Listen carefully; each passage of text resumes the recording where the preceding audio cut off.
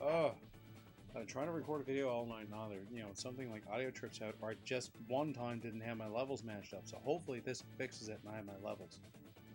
Seems like one symptom of me recording things sometimes is that the microphone, this thing here, will drop out. I've never had to use this microphone before. I'm restringing the microphone around my little analog one with a USB sound card.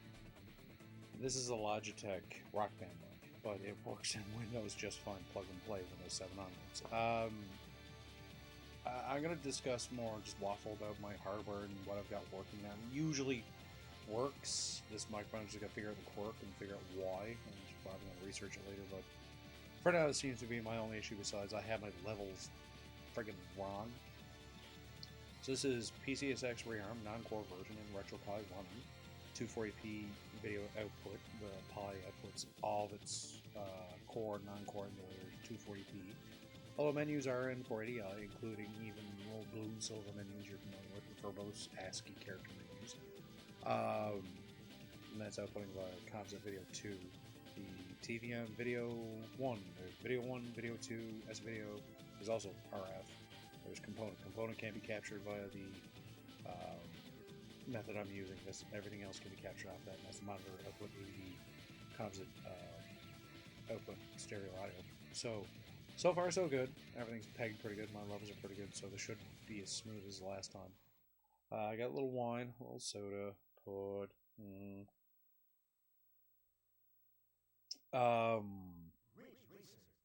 Specifically, the scene in output and OBS I'm using is 240p with cam, 720p output. I call it. 3 sources: this microphone, Gamebridge, which has its own audio, and the PS3i. So, background of this. Windows 7 32-bit. The only thing I've done funky is that it's got a script ran that just totally made it very much more efficient in its performance. Just, a few things disabled here and there. Bloatware removed, but it's still updated itself. There's no update push not too long ago. Radeon 2400 HD video. Outputs to my CRT via S-video for when I watch stuff on it through it. I'm capturing. I capture via an Adaptec Gamebridge. Core 2 Duo Centrino 1.67 GHz dual core processor, 500 gig hard drive, 4 gigs of RAM. 1732-bit, the only thing that the Gamebridge will use. I only have its drivers installed. When you install it, don't select install any of its software. Just install its drivers. Now, I'm using 1732-bit. You want to know how? Very simply put. If you have all the installation files, go every folder, subfolder, every executable in there. Go into its properties, compatibility mode, set everything to run in Windows XP Service Pack 2.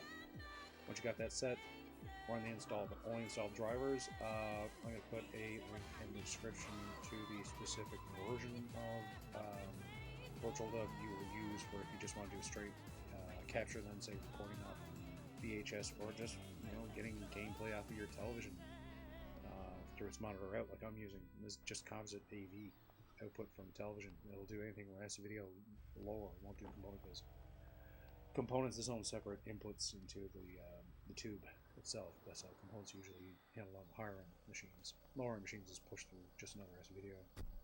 But that's when you're dealing with something like a Lion branded tube inside of it. But yeah, the Gamebridge audio is a little quirky. You have to restart the computer. Now I don't quite have the new version of OBS. It's probably 2 or 3 months update. I just haven't updated it. It just told me again. I was like, wait till later. I'll probably just go online later after I clean up the downloads folder and just slowly clean up space in this thing. And I cleaned up a lot of space on it earlier. But yeah, the audio works. Whenever the audio stops, reboot it. Sometimes I'll do a little warm-up record for a couple minutes when I look over, and if my microphone isn't working, I'll unplug it, plug it into another port, and it's fine. I do have a Logitech webcam and a PS3i webcam. PS3i is what I'm using. I'm running it in 240p because we're running a 720p canvas here. This guy here is capturing 480i, deinterlacing it, so it's 480p. Now, the video that you're seeing, though, it's upscaling it because it's 240p, so all that mumbo jumbo just kind of does a cheap deinterlace and upscale. So that's great for stuff like this. I have the Pi set up, like I said, for core and non-core emulators run 240p. So even like my Tandy 1000 stuff that I play through DOSBox runs on it like that. But the output's really good. It looks really good on this television. It just looks amazing. I just look at it all day. Even though like I'm not using RGB or anything like that, this still looks great. I barely have any composite noise or anything. That being said, if you have probably one view of the composite standalone composite output, it's actually really damn nice. I'm probably going to give a little show on how to make them very much optimized as well. But yeah, I have this hardware rather optimized now. It all works together. There's a virtual down burst rate, captures, and OBS for this kind of stuff. A couple of quirks here and there getting it to work. This microphone, I'm going to see if there's a newer version of this driver, as well as I'm going to see if this problem is fixed with an update of OBS. So right now 2400 graphics is DX10, so it's great. I can do this. So I can do a 720p canvas, 480i deinterlaced capture, 640 by 480, and this is 240p. Microphone, audio input from the Gamebridge, and it's perfect. And a little setup here. And most anything, like I said, except for the component video items, will capture. So I'm probably going to do some more PSP stuff at some point. Although, I'm going to see. See what I'm going to play. Now, I have now set up this gaming PC of mine as well. I'm not going to bore you with the specs, but video card upgrade helps do 1080p recordings in OBS no problem. With the secondary monitor hooked up, and I got one of those tilting Dell monitors that can pivot. Yeah, it looks really nice. I can just do whatever on there, and I've looked at the footage afterwards, and it's great.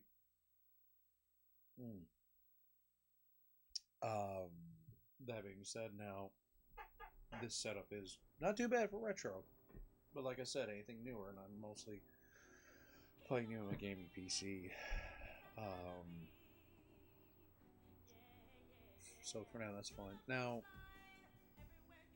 that being said, I do want to try to figure out a way to capture off of my retro stack of computers over there. I'm thinking something along the lines of just 3.5mm stereo audio splitter and a VGA splitter. But I need to capture VGA to something, and so with something as well. So VGA, and that would really be the only thing, because like I said, anything PC wise, I'll just do with OBS on there, because HVenc or whatever the hell they call it for, or NVenc or whatever, sorry, NVIDIA cards uses for shadow play, I think is what they branded it as, but NVenc is like the actual encoder process or what have you. That seems to be okay for now. I was thinking about getting a separate computer for doing the capture, but really, like, for what that does, it does not consume a lot of power. With this, I have to run them by the skin of the teeth, because this is a little horrible. Like, yeah, this CPU in my computer is 8 years old. It's not 7600K, 9K, but it's not 7600. 4 cores, 8 threads. That's got plenty of power. Turbo's 3.8 gigahertz and a 16 gig of RAM. 4 gig of RAM on a 32-bit. You know, I liken it kind of to like a workstation-y kind of thing. And it is tailored for older Windows stuff, so that's great. But so far, so good. My capture is great, and I just, you know, I'm not going to have any problems being heard, I guess, but I could always do this if I wanted to. That's a lot louder. More for waffles, I'd be hand-holding while, you know, versus, like, doing some game plan here. Now, imagine by the token of everything I got set here, I should have no problems in capturing anything like my Wii or anything else. So I may start doing that as well. I'm gonna see. I got a Wii I gotta hack through. It's got 4.2 on it. I gotta update to 4.3. I gotta use NUS downloader and go through the rigmarole. I do have it banner bombed or whatever the hell it was for 4.2, and I just got it ready to go from there. So I'm gonna see what I gotta do to update it to 4.3 with NUS files, and just yeah. The stack that's over here all connects to the retro setup, the 27-inch Samsung consumer grade CRT. Now this thing has, as I said, everything from RF to component, and that's in the 480i output through its tube there. Now that being said, it has RF, video 1, video 2, S video, and component. At video 2, S video, and component all use the same audio input, so there's actually a pass-through on my S-video / composite selector for video 2 / S-video to send through a separate audio input just from the component video selector. So there's only 4 S-video / composite video items.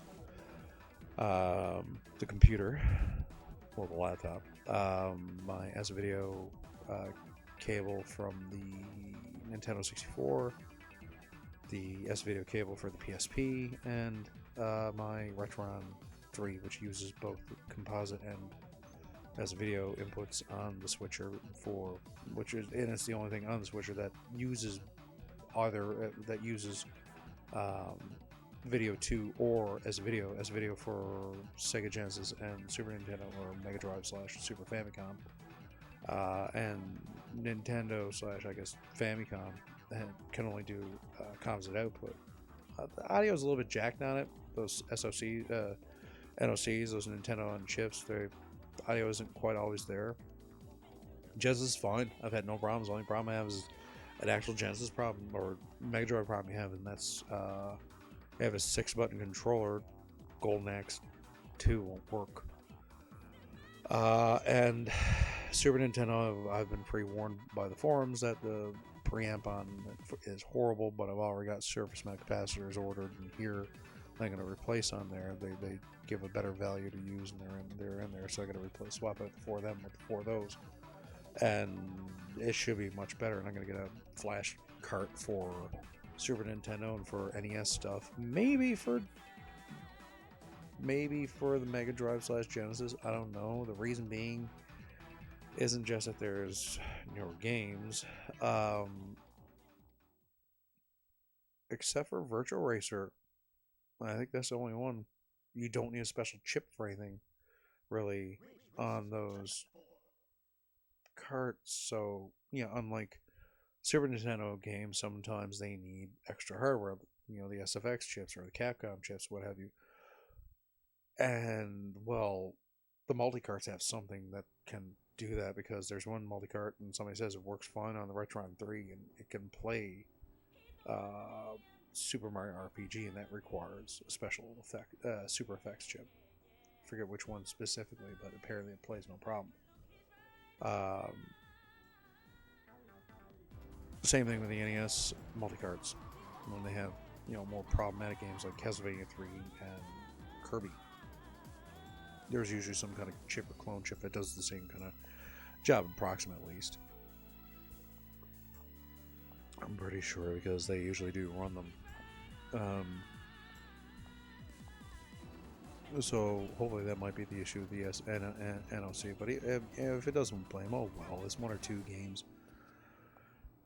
But with the Super Nintendo aspect of it, I was tempted to get a multi-cart off, a flash cart off of an EverDrive clone, essentially off of AliExpress. The only issue is they're not very good for anything non-Super Effects. So, like, if you're playing, like, Translate, if you're a big fan of, like, a lot of just a dime a dozen Japanese RPGs that have been fan translated, like, you can patch them and that, it's fine for that. But if you're just wanting to play a bunch of games, I showed my cousin one of these things. He's got a Retron 3 HD for his mother, I think, or a Super Nintendo Retron or whatever the hell it is. And I showed him, like, flash carts, and he's like, oh, I don't know. It's like, then I showed him, like, well, you can just get a effing multi-cart. And I showed him this, and he looked through those, like, yeah, this looks more like it, $20. I'm like, yeah, just get this fucking thing. Neon clear plastic green, I think it is. Get different colors, but I'm gonna get that. And Genesis, I may get a flash cart for, only because certain homebrew can really show off some capabilities on this thing. I like homebrew and I like demos. But yeah, all in all, just gotta do a little bit of work on it. I had to fix the gamepad. Didn't work when I got it. About $20 off some guy.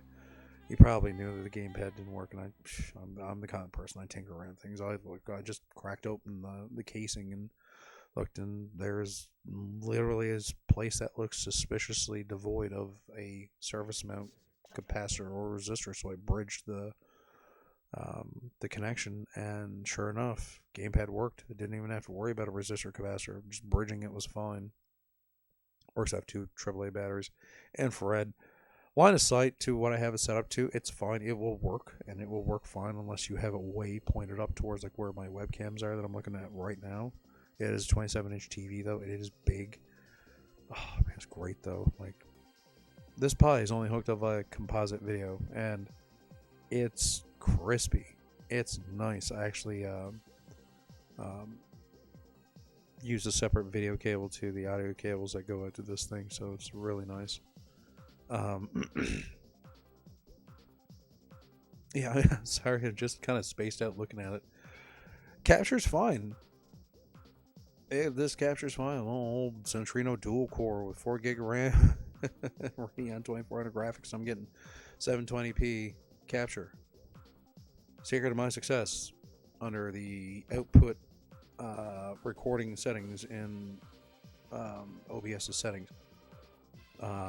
Decoding an xVid, sorry. I was going to say H.264. xVid is the codec being used. CPU set super fast. Profile set to high. Tuning is set to 0 latency. There's a script I'm going to link to. Watch his video though. And in the description for his video, and he outlines in his video how you do it, is you choose either quality or performance, and you cut paste these 2 scripts that he's got. Well, there's 3, but you only choose 2, the main script and then the second either quality or performance script. I chose performance, obviously, because the only thing I can do is capture from the Pi besides its resolution is its deinterlacing. I tried color correction, sharpness, dragged performance down way too much. Same thing on this little window here.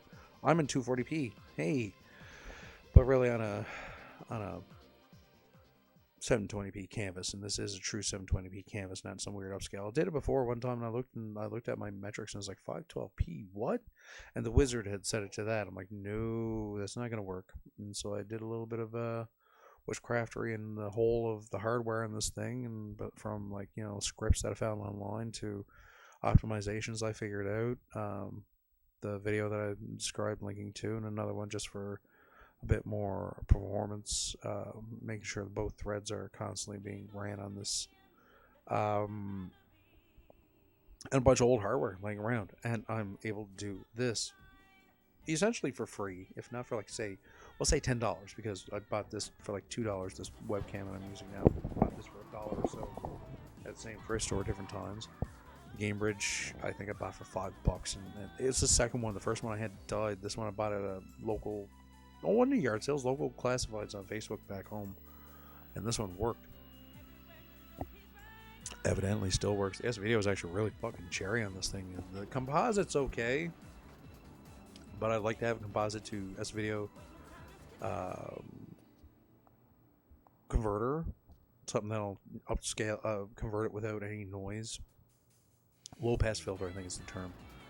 And yeah, so I have that set up, and just more to take advantage of the superior S-video capture on this thing. Not really for you're trying to convert something you can't really convert. Well, you kind of can, but yeah, I've read into it, and you just use a low pass filter in that. But I gotta once I'm done with that, see if I can get that working right, and if I can, then that's perfect. But for now, this is fine. I mean, yes, mind you, I'm using old school hardware. This is like definitely something if I had this whole setup back at like 2008, getting into 2009 when I was making videos, probably would have been pretty damn nice, especially if I had a better internet connection than that. Damn, man. But as it stands now, for a hobby level channel, it's quite fine. I got stuff working quite well. I gotta put a pop filter or something on this. Oh man, no, I'm liking this.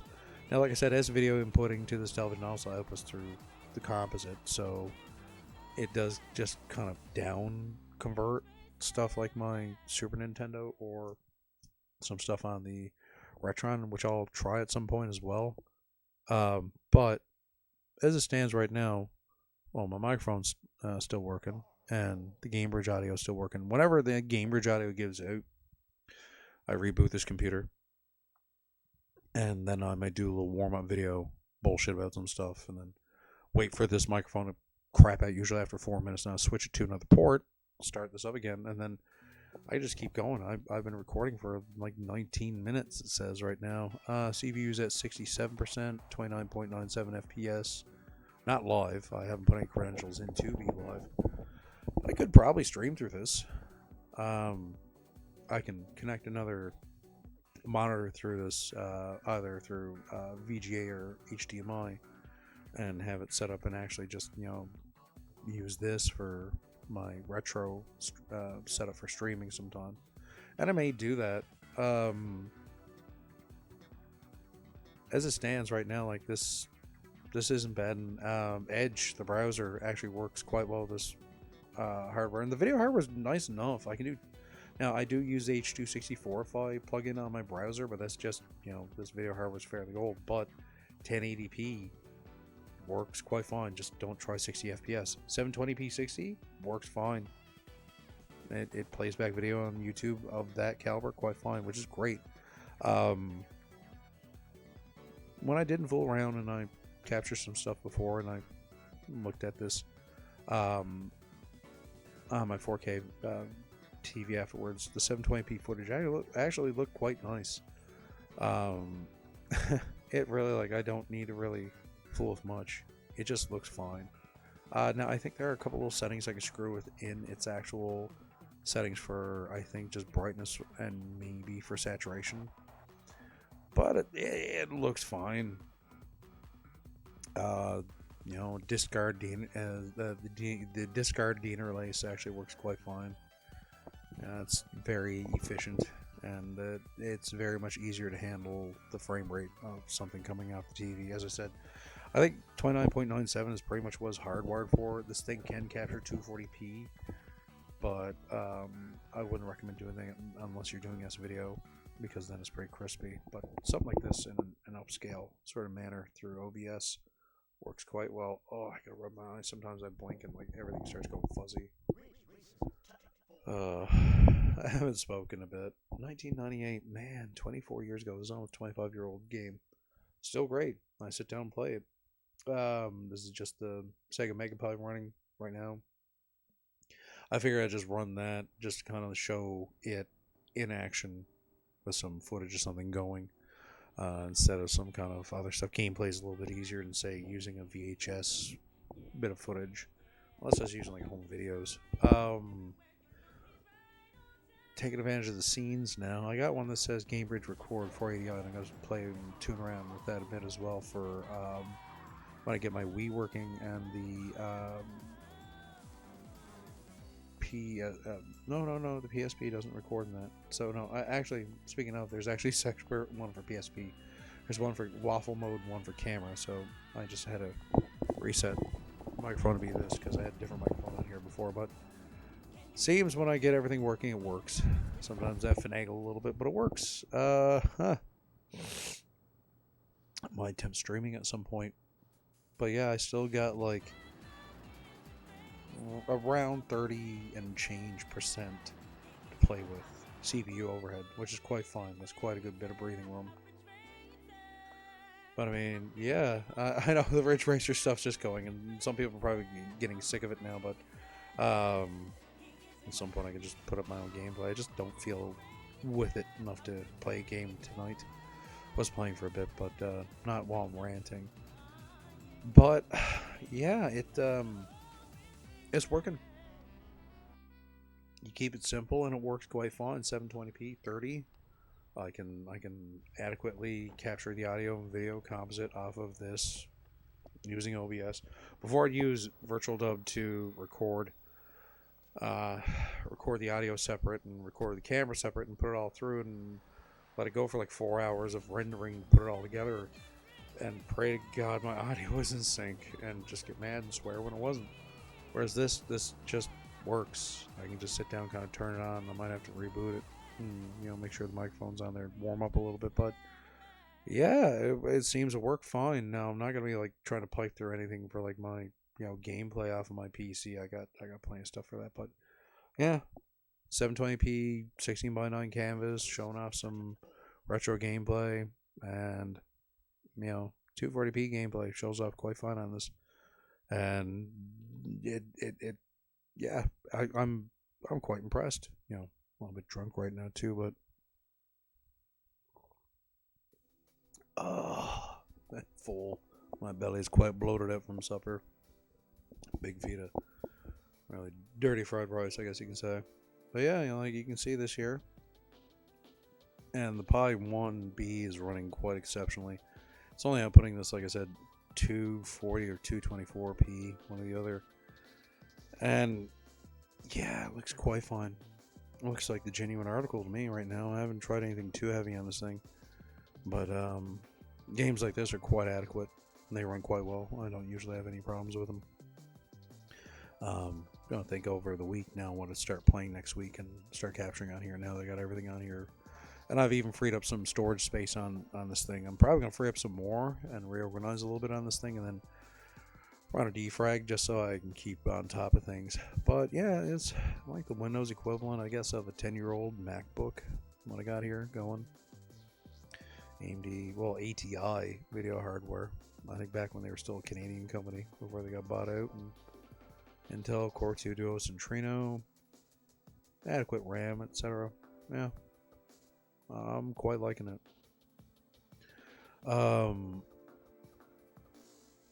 Other than that, and my PC going there, like I said, I'm gonna try to figure out some VGA capture so I can capture off over there. I got two different machines, of Windows 98 and Windows XP machine. I'm not gonna bore you with the specifics on their spec, but they're newer single core. One's an Athlon XP, one's a Pentium 4, earlier Pentium 4 though. For anything earlier, my Pi 2's DOSBox installation will handle like 486 or 386 era kind of game with VGA and Sound Blaster and, you know, all that stuff. Whereas I'm waiting on an adapter. My Pi 0W, I hook it up to like an HD TV, etc., and it works quite fine. And I have it set up for Tandy stuff. The only issue is, really simply put, is that there's no analog audio output. So I've actually ordered one of these HDMI to VGA adapters that have the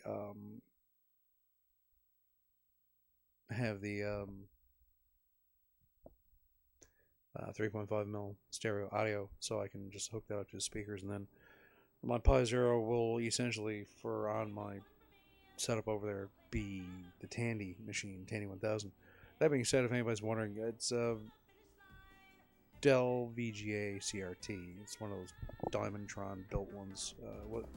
It's Trinitron or Diamondtron. It is an aperture grill, from what I've been told and from what I read behind it. I can't remember rightly what it is. But it's one of the early 2000s models, right before they just started going, you know, more towards LCDs. I almost guarantee you it came with a Pentium 4, maybe an earlier Celeron. But I mean, that's the next thing, because I get a VGA splitter and stereo audio splitter made with a little small preamp on it, just so you don't lose anything.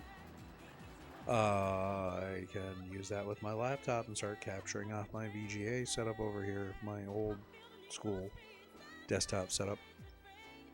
My little game room is starting to become a bit more of a game room, and the Pi's also let me use microcomputers on the setup, and they do tend to look really damn nice sometimes on that monitor. But yeah, I'm starting to like it in here. It's starting to come together really nice. The only things I have really left to do is a bit more tidying, maybe a shelf or two more. I'm going to get my turntable fixed up so that I can maybe hook a little one of the 3 Logitech 2.1 sound systems to it. Put them up a shelf speaker somewhere, and I can, and the sub as well. Run the deoxit in there a little bit, and then, you know, get that all nice and prime, and I can have my turntable going in here. Sit back and just take it easy. I got a fair amount of vinyl, but I usually am limited to listening to it out in the den on the hi-fi out there. But I can listen to it in here if I want to, and just chill while I'm just working on some stuff like, you know, sorting mods or editing video. I might be, you know, doing some video where I'm just actually just editing together some stuff. I still got stuff from over a year ago. Mark over here sent me a care package, and I got the footage there. I just gotta sit down now, and I I'm pretty sure I already have it on my laptop. I actually think I just got to sit down now at work some night when it's slow, or maybe even I might do it Sunday afternoon or Monday. I'm gonna see when I got the free time, and I'm gonna try out Caden Live on there and see how it is on the newer hardware. The laptop I have now is an EliteBook 2560p or something like that. It's a i5 2560. I think that's where it gets where it gets its model number from. HD 3000 graphics, 8 gigs of RAM, yada yada yada, Bluetooth. Like, it's aluminum casing to the whole thing.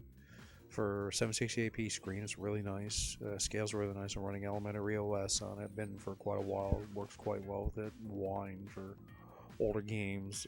Dolphin and a few other emulators running on it, and it runs quite fine. Wii stuff chugs, but GameCube stuff usually seems to run pretty good. Once you let it sit down, just warm up, so to speak, for like a minute or so. A GameCube game, you can just sit down and go away at it. Same thing as something like Game and One. But I do use it as a daily driver. Web browsing, gonna sit down and do some production with it. Word processing, I do. But yeah, my setup has improved greatly over the last year. Like I said, just gotta sit down and tell you a couple more things up. I've cleaned up one little thing there. I might actually at some point take the Nintendo 64 apart and clean it up, and just totally give it a scrub down, make it look like new. And my little Mega Pi is gonna get one little last bit of refinement soon, and it's gonna be pretty much the same thing, ready to rock and roll some things. And plus, I have inkjet printer decal, water slide decal stuff now in the sealant used with it.